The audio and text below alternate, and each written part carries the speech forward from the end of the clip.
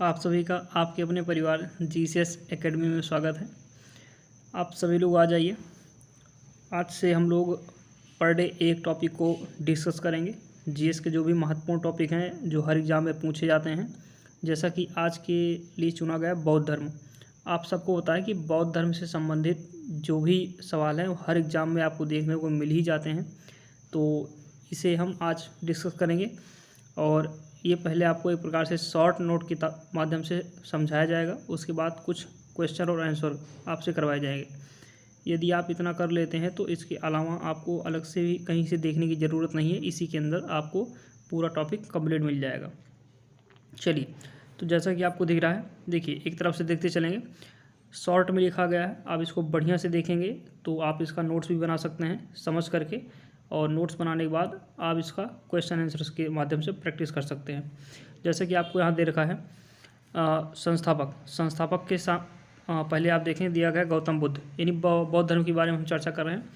संस्थापक की बात करें तो गौतम बुद्ध आप सबको पता होगा, और उनका जन्म कब हुआ था अगर आपसे पूछा जाए तो 563 ईसा पूर्व। आप इसको देखते चलेंगे ऐसे। 563 ईसा पूर्व में उनका जन्म हुआ था। कहाँ पर हुआ था पूछे तो लुम्बिनी कपिलवस्तु। कहाँ हुआ था? लुम्बिनी कपिलवस्तु। कहाँ पड़ता है? तो नेपाल। ध्यान रखिएगा, लुम्बिनी में हुआ था, कपिलवस्तु के निकट है, नेपाल में पड़ता है। इनके पिता का नाम यानी महात्मा बुद्ध के पिता का नाम सुद्धोधन था, जो कि शाक्यगण। ध्यान रखिएगा, इनको याद रखेंगे, शाक्यगण। अगर पूछा जाए किस गण से थे या फिर किस वंश से थे तो क्या आएगा आंसर? शाक्य वंश से आ जाएगा, क्योंकि शाक्य वंश के होने की वजह से गौतम बुद्ध को शाक्य मुनि भी कहा जाता है। इसीलिए ध्यान रखेंगे, कई बार क्वेश्चन पूछा जा चुका है और पूछा भी जा सकता है कि महात्मा बुद्ध या गौतम बुद्ध किस वंश या किस गण से संबंधित थे, तो आंसर क्या आएगा? शाक्यगण। माता की बात करें तो माया देवी, या इन्हें हम महामाया कहते हैं, और ये कोलीय वंश से थी। ध्यान रखिएगा, पिता थे शाक्यगण से और माता थी कोलीय वंश से। नाम क्या है? तो माया देवी या फिर महामाया। गौतम बुद्ध के बचपन का नाम सिद्धार्थ है। इनका पालन प्रजापति गौतमी के द्वारा किया गया। इनका विवाह 16 वर्ष की आयु में हो गया। ध्यान रखिएगा, एकदम शॉर्ट नोट बना दिया गया है। आप जो भी चीज़ें आपको यहाँ पर दिखाई जा रही हैं, आप उसको चाहें तो नोट कर सकते हैं अपनी कॉपी में, और ये आपके लिए एक शॉर्ट नोट का काम करेगा। यानी एक पेज के अंदर आपका ये कंप्लीट हो जाएगा और पूरा आपका जो भी दिया गया है बौद्ध धर्म से संबंधित क्वेश्चन कवर हो जाएंगे। ध्यान रखिएगा, बचपन का नाम सिद्धार्थ था, लेकिन इनका पालन, क्योंकि इनकी जन्म के जस्ट बाद ही इनकी माता का देहांत हो गया था, तो इनका जो पालन पोषण था किसने किया था? तो प्रजापति गौतमी। किसने किया था? प्रजापति गौतमी। ये कौन थे? तो इनकी मौसी। इनकी मौसी थी प्रजापति गौतमी के द्वारा ही इनका पालन पोषण किया गया था। विवाह की बात कर लें तो 16 वर्ष की आयु में इनका विवाह हो गया था। किससे हुआ था? तो ध्यान रखिएगा, यशोधरा से इनका विवाह हुआ था 16 वर्ष की आयु में। पुत्र का नाम राहुल था, और इन्होंने 29 वर्ष की आयु में गृह त्याग किया था। जब इनकी आयु 29 वर्ष थी उस समय इन्होंने घर छोड़ दिया, घर छोड़ करके बाहर निकल गए। और जब इन्होंने गृह त्याग किया, इस घटना को कहा जाता है महाभिनिष्क्रमण।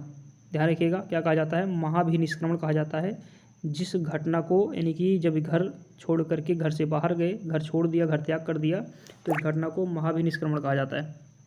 प्रथम गुरु कौन थे? तो प्रथम गुरु इनके थे अलार कलाम। ये जब घर से बाहर निकले तो सबसे पहले उन्होंने अलार कलाम को अपना गुरु माना, और उनसे क्या सीखा? तो सांख्य दर्शन। उनसे क्या सीखा? तो सांख्य दर्शन। इसलिए साइड में लिख दिया गया, अब इसको देख लीजिए, सांख्य दर्शन सीखा। और 6 वर्ष की तपस्या की उन्होंने, और उसके बाद 35 वर्ष के हो गए, क्योंकि 29 वर्ष में इन्होंने घर छोड़ा था। 6 वर्ष तपस्या की तो 35 वर्ष के हुए, और 35 वर्ष की आयु में बोधगया में पीपल वृक्ष, या फिर उसे ही बाद में बोध वृक्ष कहा गया। वृक्ष पीपल का ही था, क्योंकि महात्मा बुद्ध से संबंधित था, उन्हें ज्ञान प्राप्त हुआ था वहाँ पर, बोधगया में था, इसलिए उसका नाम क्या रख दिया गया? बोध वृक्ष। तो आपसे पूछा जा सकता है किस वृक्ष के नीचे इन्हें ज्ञान की प्राप्ति हुई थी, तो ऑप्शन में आपको पीपल वृक्ष मिल सकता है या फिर बोध वृक्ष मिल सकता है, तो दोनों को ध्यान रखिएगा। तो इन्हें ध्यान रखें, 35 वर्ष की आयु में बोधगया में पीपल वृक्ष या बोध वृक्ष के नीचे ज्ञान की प्राप्ति हुई थी। 6 वर्ष की कठोर तपस्या की थी, तब जाकर के इन्हें ज्ञान की प्राप्ति हुई थी। और वह दिन कौन सा था? तो वैशाख पूर्णिमा का दिन था, वैशाख पूर्णिमा। इनके अन्य नाम भी आपको देखने को मिल जाएंगे, जैसे कि इनका अन्य नाम क्या है? तथागत। एक नाम क्या ध्यान रखिएगा, तथागत रखिएगा, और एक नाम शाक्य मुनि। आपको अभी थोड़ी देर पहले बताया गया इनके पिता किस गण से थे, तो शाक्य गण से थे। शाक्य गण से अगर पिता हैं तो ये भी शाक्य गण से ही होंगे। शाक्य गण से होने की वजह से इन्हें क्या कहा गया, शाक्य मुनि कहा गया। जब इन्होंने ज्ञान प्राप्त किया, ज्ञान प्राप्त होने के पश्चात इन्होंने उपदेश देना शुरू किया। तो सबसे पहले उपदेश कहाँ दिया, सारनाथ में। कहाँ दिया, सारनाथ में। और किसको दिया पूछा जाए तो 5 ब्राह्मण सन्यासी थे, उन्हीं 5 ब्राह्मण सन्यासियों को इन्होंने उपदेश दिया। और इस जो उन्होंने उपदेश दिया, इस घटना को, उपदेश देने की इस घटना को कहा गया धर्मचक्र परिवर्तन। क्या कहा गया, धर्मचक्र परिवर्तन कहा गया। और कुछ प्रतीक ध्यान रखेंगे, जैसे कि इनके जन्म के प्रतीक क्या हैं, तो इनके जन्म को कहा जाता है कमल एवं सांड, या बैल भी मिल सकता है, इनके जन्म का प्रतीक है कमल एवं सांड। गृह त्याग की बात करें तो घोड़ा, क्वेश्चन बनता है, बनेगा, तो ध्यान रखिएगा गृह त्याग का जो प्रतीक माना जाता है घोड़ा माना जाता है। ज्ञान की बात कर ले, ज्ञान का प्रतीक क्या है इनके, तो पीपल या फिर बोध वृक्ष। अभी आपको बताया गया कि पीपल या फिर बोध वृक्ष के नीचे ही ज्ञान की प्राप्ति हुई थी, इसलिए उन्हें ज्ञान का प्रतीक माना जाता है। महापरिनिर्वाण की बात कर लें, महापरिनिर्वाण मतलब कह सकते हैं एक प्रकार से मोक्ष की प्राप्ति का जो प्रतीक है, क्या है, पद चिन्ह या फिर स्तूप। ध्यान रखिएगा पद चिन्ह या स्तूप, इसे महापरिनिर्वाण या फिर मोक्ष या मृत्यु कह सकते हैं का प्रतीक माना जाता है। बौद्ध संघ की बात कर लें, महात्मा बुद्ध के द्वारा संघ की स्थापना की गई, बौद्ध संघ की स्थापना की गई। और उसमें पहले शुरुआत में केवल पुरुषों का ही आगमन हुआ था, यानी कहने का आशय है कि पहले उसमें पुरुष ही सम्मिलित थे। लेकिन इनका एक प्रिय शिष्य था जिसका नाम आनंद था। आनंद के कहने पर पहली बार, ध्यान रखिएगा, महिलाओं को उसमें सम्मिलित किया गया। और महिलाओं में सबसे पहले कौन सम्मिलित हुई, तो प्रजापति गौतमी। ये नाम आपको अभी ऊपर बताया गया। प्रजापति गौतमी कौन थी, तो जिन्होंने महात्मा बुद्ध का पालन पोषण किया था, क्योंकि इनकी मौसी थी प्रजापति गौतमी। उनकी माता के देहांत के बाद प्रजापति गौतमी ने ही उनका पालन किया था। तो एक प्रकार कह सकते हैं कि मौसी ही पहली महिला बनी जो कि बौद्ध संघ में इन्होंने प्रवेश लिया। या ऐसे भी क्वेश्चन बनता है कि पहली महिला शिष्य कौन थी, तो क्या आएगा आंसर आपका, प्रजापति गौतमी, उनकी मौसी थी। बौद्ध धर्म में सर्वाधिक प्रचार प्रसार, ध्यान रखिएगा, यानी बौद्ध धर्म का सर्वाधिक प्रचार प्रसार कहाँ हुआ, क्वेश्चन पूछा जाए तो कौशल। वहाँ पर 21 वर्ष रहे और 21 वर्ष रह करके उन्होंने कौशल में इसका खूब प्रचार प्रसार किया। महात्मा बुद्ध के द्वारा प्रचार प्रसार किया गया सर्वाधिक कहाँ पर, कौशल में। आगे बात कर लें, और कौशल हो गया। एक क्वेश्चन और यहाँ पर ध्यान रखिएगा, अंतिम उपदेश की बात कर लें, यानी अंतिम वर्षा ऋतु बात कर लें। देखिए अगर अंतिम उपदेश पूछा जाए तो अंतिम उपदेश इनका कहाँ पर हुआ था, एक क्वेश्चन ये बनता है। और एक क्वेश्चन बनता है कि अंतिम वर्षा ऋतु, ध्यान रखिएगा अंतिम वर्षा ऋतु, तो अंतिम वर्षा ऋतु कहाँ पर थी, तो वैशाली। कहाँ थी, वैशाली। और अंतिम उपदेश तो कुशीनगर, क्योंकि इनकी मृत्यु ही कुशीनगर में हुई थी। या ऐसे कह सकते हैं कि इन्हें महापरिनिर्वाण की प्राप्ति ही कुशीनगर में हुई थी, इसलिए अंतिम उपदेश भी उन्होंने कुशीनगर में दिया था। लेकिन अगर पूछा जाए अंतिम वर्षा ऋतु, अब कुछ लोगों को ये कन्फ्यूजन हो सकता है कि अंतिम उपदेश और अंतिम वर्षा ऋतु में क्या अंतर है। तो ध्यान रखिएगा, जो बौद्ध धर्म के भिक्षु थे या जो बौद्ध धर्म के अनुयायी थे, वो 8 महीने, 12 महीने होते हैं वर्ष में, तो 8 महीने एक प्रकार से अपने धर्म का प्रचार प्रसार करते हैं। लेकिन जब वर्षा ऋतु आती है तो 4 माह जो वर्षा ऋतु के होते हैं, ये प्रचार प्रसार करना बंद कर देते हैं और एक स्थान पर निवास करते हैं। तो ध्यान रखिएगा, वह पूछा गया कि अंतिम वर्षा ऋतु महात्मा बुद्ध के द्वारा कहाँ पर बिताई गई, तो आंसर क्या आएगा, वैशाली आएगा। लेकिन अंतिम उपदेश कहाँ दिया गया, तो कुशीनगर में दिया गया। और ये भी क्वेश्चन बन सकता है कि अंतिम उपदेश इन्होंने किसको दिया, तो एक व्यक्ति था सुभद्र। ध्यान रखिएगा, ये क्वेश्चन इस प्रकार से भी बन सकता है, या इसको पूछा जा सकता है कि अंतिम शिष्य इनका कौन था, तब आंसर क्या आएगा, सुभद्र आएगा। 80 वर्ष की आयु में महात्मा बुद्ध का महापरिनिर्वाण हो गया। और 483 ईसा पूर्व, अगर आपसे वर्ष पूछे तो आंसर क्या आएगा, 483 ईसा पूर्व में 80 वर्ष की आयु में इन्हें महापरिनिर्वाण की प्राप्ति हुई। और आगे बात कर लें तो बौद्ध धर्म के, देखिए एक एक चीज़ आप इसको नोट कर सकते हैं। आगे बौद्ध धर्म के जो त्रिरत्न माने जाते हैं, यानी 3 रत्न कौन कौन से हैं, तो बुद्ध धम्म एवं संघ। कौन कौन से, बुद्ध धम्म एवं संघ। और 3 पिटक हैं इनके। 3 पिटक का मतलब क्या है कि 3 ग्रंथ कह सकते हैं। बौद्ध धर्म के 3 ग्रंथ कौन कौन से हैं? तो विनय पिटक, ध्यान रखिएगा। संबंधित किससे है? तो संघ संबंधी नियम, जो बौद्ध संघ था उससे संबंधित जो नियम हैं वो विनय पिटक में लिखे गए हैं। और सुत्त पिटक की बात कर लें, सुत्त पिटक की बात कर लें तो महात्मा बुद्ध के उपदेश किस में लिखे गए हैं? सुत्त पिटक में। और जबकि बात कर ले विनय पिटक या अभिधम्म पिटक, विनय पिटक में आपको पहले हो चुका है। अभिधम्म पिटक की बात कर लें तो क्या हो जाएगा? बौद्ध धर्म के दार्शनिक सिद्धांतों का जो संग्रह था। एक बार फिर से ध्यान रखिएगा, अगर नॉर्मल क्वेश्चन बनता है तो आपसे पूछ लेते हैं 3 पिटकों के नाम कौन कौन से हैं, तो विनय पिटक, सुत्त पिटक और अभिधम्म पिटक। लेकिन जब थोड़ा सा डीप जाएंगे तो आपसे क्वेश्चन पूछ सकते हैं कि कौन सा पिटक किससे संबंधित है। तो ध्यान रखिएगा, विनय पिटक संबंधित है संघ संबंधी नियमों से, सुत्त पिटक संबंधित है महात्मा बुद्ध के जो भी उपदेश थे उनके संग्रह से, और जो अभिधम्म पिटक है वो संबंधित है बौद्ध धर्म के दार्शनिक सिद्धांतों का संग्रह। आगे देखिए, इसके बाद थोड़ा सा देखेंगे और वो ध्यान दिया गया है। प्रथम जो उदाहरण रखिएगा, जो प्रथम बौद्ध संगीति हुई थी महात्मा बुद्ध के मृत्यु के पश्चात, बौद्ध संगीतियाँ हुई थी, महत्वपूर्ण 4 बौद्ध संगीतियाँ हुई थी।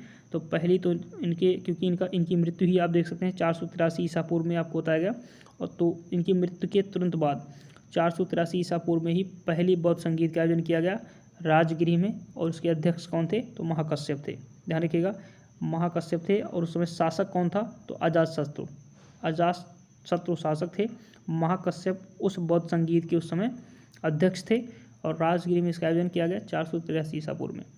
इसी प्रकार द्वितीय बौद्ध संगीत की बात करें तो उसी के 100 वर्ष बाद 383 ईसा पूर्व में वैशाली में इसका आयोजन हुआ, और शुभकामी, नाम ध्यान रखिएगा, शुभकामी या शुभकामी इसके अध्यक्ष थे, और कालाशोक उस समय शासक थे। तृतीय बौद्ध संगीत की बात कर लें 247 ईसा पूर्व में पाटलिपुत्र में इसका आयोजन किया गया, मोगलीपुत्र तिस्स इसके अध्यक्ष थे, और बात कर लें अशोक इसके उस समय शासक हुआ करते थे। अगली देखिए, चौथी बौद्ध संगीत की बात कर लें तो प्रथम शताब्दी में हुई कुंडलन कश्मीर, वसुमित्र इसके अध्यक्ष थे, और अश्वघोष आप देख सकते हैं, अश्वघोष इसके क्या थे? उपाध्यक्ष थे, अश्वघोष उपाध्यक्ष। और कनिष्क की बात कर लें तो उस समय शासक हुआ करते थे। ध्यान रखिएगा, बौद्ध संगीत से क्वेश्चन बनते हैं तो आप इसको बढ़िया से याद कर लीजिए। जितने भी महत्वपूर्ण फैक्ट थे आपको यहाँ पर बता दिए गए बौद्ध धर्म से संबंधित। अब थोड़े से क्वेश्चन देखते हैं। अगर आपने ऊपर बढ़िया से समझा होगा या फिर आप 1-2 बार रिवीजन करें, उसके बाद क्वेश्चन को आप सॉल्व करेंगे तो आप आसानी से कर ले जाएंगे। जैसे कहा गया है बुद्ध का जन्म हुआ था, तो ऑप्शन दिया गया वैशाली में, लुम्बिनी में, राजगिरी में, पाटलिपुत्र में। तो आपको भली बात पता है कहाँ पर हो जाएगा? लुम्बिनी में। तो आपका आंसर क्या हो जाएगा? लुम्बिनी। आपको पता ना, बताया गया था लुम्बिनी कपिलवस्तु के निकट था, वहाँ पर इनका जन्म हुआ था 563 ईसा पूर्व में। चलिए आगे बात करते हैं। अगला क्वेश्चन कहा गया गौतम बुद्ध ने किस स्थान पर निर्वाण प्राप्त किया था? आपको ऑप्शन में दे रखा है कुशीनगर, श्रावस्ती, लुम्बिनी और सारनाथ। तो आपको पता है निर्वाण प्राप्त हुआ था कुशीनगर में। कहाँ पर हो जाएगा? कुशीनगर में इन्हें निर्वाण की प्राप्ति हुई थी। और आपको बताएगा कि अंतिम उपदेश इन्होंने किसको दिया था कुशीनगर में? तो सुभद्र व्यक्ति थे जिसको इन्होंने अंतिम उपदेश दिया था। अंतिम, अगर आपसे पूछ ले अंतिम वर्षावास या फिर अंतिम वर्षा ऋतु कहाँ पर व्यतीत की थी, इसका आप जल्दी से इसका आप आंसर कमेंट बॉक्स में दीजिए। अगला क्वेश्चन देखिए। अगला क्वेश्चन आपसे क्या रखा है? गौतम बुद्ध द्वारा अपने धर्म में दीक्षित किया जाने वाला अंतिम व्यक्ति कौन था? निम्नलिखित में से कौन था?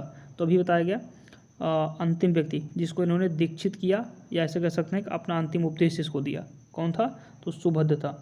आपको बताया गया कौन था? सुभद्र। अगला क्वेश्चन देखते हैं। बुद्ध ने अपने जीवन की अंतिम वर्षा ऋतु कहाँ बिताई थी? श्रावस्ती में, वैशाली में, कुशीनगर में या सारनाथ में? अंतिम वर्षा ऋतु, चलिए इसका आंसर जल्दी से बताएंगे आप। तो आपको बताया गया था कहाँ बिताई थी? तो वैशाली में। अंतिम वर्षा ऋतु वैशाली में, और जबकि अंतिम उपदेश कुशीनगर में। सारनाथ में प्रथम उपदेश दिया था, और श्रावस्ती में, जल्दी से बताइए श्रावस्ती में क्या हुआ था? इसका आपको ऊपर बताया जा चुका है, जल्दी से बताएं। श्रावस्ती में सर्वाधिक उपदेश दिए थे, ध्यान रखिएगा। अलार कलाम कौन थे? तो वही बताया गया कि जब महात्मा बुद्ध के द्वारा गृह त्याग किया गया था, गृह त्याग के पश्चात सर्वप्रथम जो गुरु बनाया गया था, किसे बनाया गया था? अलार कलाम को बनाया गया था, जो कि सांख्य दर्शन से संबंधित थे। यानी सांख्य दर्शन, ऐसे कह सकते हैं कि महात्मा बुद्ध ने सांख्य दर्शन की शिक्षा किससे ली थी? अलार कलाम से ली थी। इसका आंसर क्या आ जाएगा? बुद्ध के एक शिष्य थे? नहीं। एक प्रतिष्ठित बौद्ध भिक्षु थे? जी नहीं। बुद्धकालीन एक शासक थे? नहीं। बुद्ध की क्या थे? गुरु थे। सांख्य दर्शन की शिक्षा इन्होंने यानी महात्मा बुद्ध ने अलार कलाम जी से ही ली थी। आगे बात कर लें, महात्मा बुद्ध ने अपना पहला उपदेश किस स्थान पर दिया था? विकल्प में दे रखा है आपको, लुम्बिनी, सारनाथ, पाटलिपुत्र, वैशाली। तो महात्मा बुद्ध ने अपना पहला उपदेश कहाँ पर दिया था? तो सारनाथ में पहला उपदेश दिया था। आपको बताया गया वैशाली में भी आपको बताया गया अंतिम वर्षावास बिताया था। प्रथम बौद्ध संगीत के अध्यक्ष कौन थे? प्रथम बौद्ध संगीत आपको बताई गई कि जिस वर्ष महात्मा बुद्ध की मृत्यु हुई थी, या कह सकते हैं निर्वाण को प्राप्त हुए थे 483 ईसा पूर्व, उसी वर्ष एक बौद्ध संगीत का आयोजन किया गया। उसके अध्यक्ष पूछे गए कौन थे? ऑप्शन में दिया गया है वसुमित्र, महाकश्यप, धर्मसेन या आनंद। तो आपको बताया गया आनंद तो उनके शिष्य थे, जिनके कहने पर बौद्ध संघ में महिलाओं का प्रवेश प्रारंभ किया गया था। और पहली महिला कौन थी? तो उन्हीं की मौसी, जिनका नाम क्या था? प्रजापति गौतमी, जिन्होंने उनका पालन पोषण किया था उनकी माता के देहांत के बाद। बात कर लें आगे, तो वसुमित्र आपको होता है ये नहीं थे। आंसर क्या हो जाएगा इनका? महाकश्यप। बुद्ध ने सर्वाधिक उपदेश कहाँ दिए? जल्दी से बताएं। अभी आपको बताया गया वैशाली में अंतिम वर्षावास, राजगिरी से संबंधित हो तो जल्दी से बताएं। इसका आंसर क्या हो जाएगा? श्रावस्ती। सर्वाधिक उपदेश पूछा जाए श्रावस्ती में। प्रथम बौद्ध महासभा का आयोजन कहाँ किया गया? प्रथम बौद्ध महासभा का आयोजन कहाँ किया गया? चलिए जल्दी से बताएंगे। तो इसका क्या हो जाएगा? राजगिरी। इसका आंसर क्या हो जाएगा? राजगिरी। ध्यान रखिएगा, अगर आपको शॉर्ट में याद रखना हो, RVPK ऐसे 4 संगीतियाँ हुई थी। आर का मतलब होता है राजगिरी, वी का मतलब होता है क्या हो जाएगा? वैशाली, और पी का मतलब क्या हो जाएगा? पाटलिपुत्र, के का मतलब हो जाएगा कुंडलन, कश्मीर। चलिए आज के लिए इतना ही। जिस प्रकार से आपको जो भी महत्वपूर्ण तथ्य थे आपके सामने रखे गए और कोशिश किया गया कि ज़्यादा से ज़्यादा चीज़ें कवर की गई। अगर आप इसको बढ़िया से पढ़ते हैं तो आपके यहाँ से संबंधित क्वेश्चन जितने भी होंगे वो सब कवर कर लिए जाएंगे। हर एग्जाम में जो भी आपको बनेगा यहाँ से बाहर देखने को नहीं मिलेगा।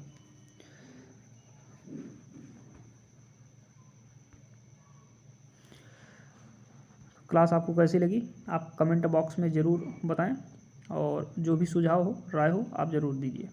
धन्यवाद।